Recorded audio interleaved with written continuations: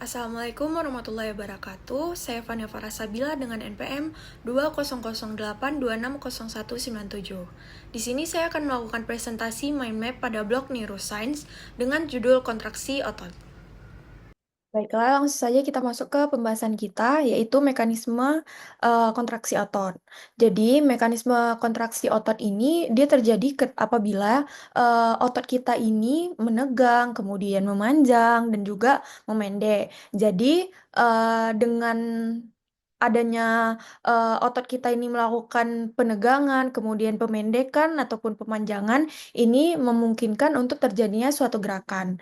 Nah, ternyata kontraksi otot ini juga berperan dalam mengatur suhu tubuh kita. Jadi ada jurnal yang mengatakan bahwa sekitar 40% sumber dari suhu tubuh ini dihasilkan dari mekanisme kontraksi otot. Itulah kenapa sebabnya contohnya pada saat kita kedinginan, tubuh kita itu akan menggigil untuk memicu adanya otot yang melakukan kontraksi sehingga dia dapat menghasilkan panas.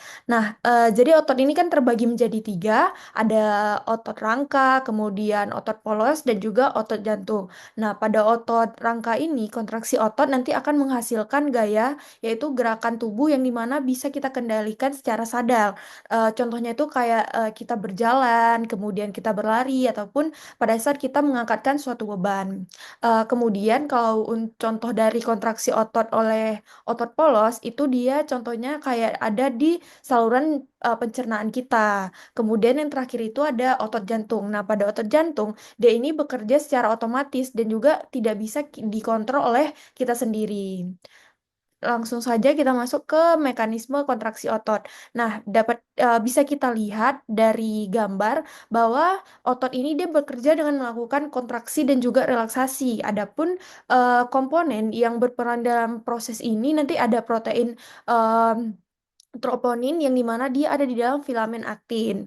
Yang pertama itu kita ketahui bahwa neurotransmitter ini nanti akan menghasilkan impuls untuk melakukan gerakan ke saraf otot. Kemudian nanti akan dilepaskan asetilkolin yang dimana memicu pelepasan dari ion kalsium yang tersimpan di retikulum sarkoplasma. Kemudian karena udah dilepaskan ion kalsium ini nanti akan berikatan dengan troponin sehingga dia nanti akan menyebabkan interaksi dari si aktin miosin.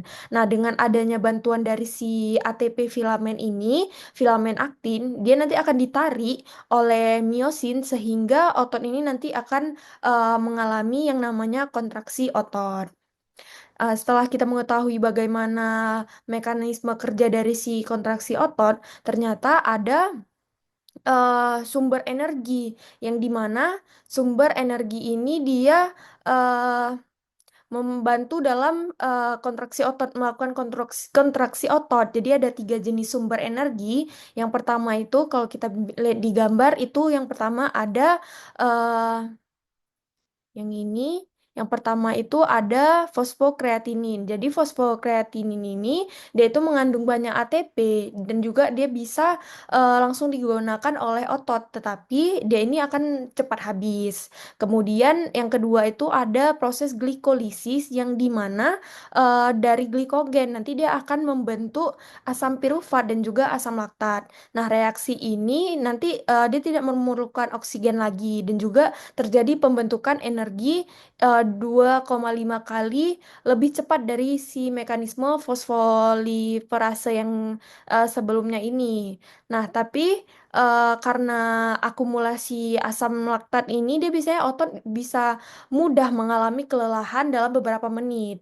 Yang ketiga itu ada fosforilasi oksidatif. Jadi fosforilasi oksidatif ini dia merupakan kombinasi antara oksigen dengan produk glikolisis. Tetapi dia juga membutuhkan waktu yang lama di mana untuk menghasilkan si energi ini. Nah, dari beberapa jurnal mengatakan secara umum 95% sumber energi dari otot ini bisa didapatkan dari si fosforilasi ini.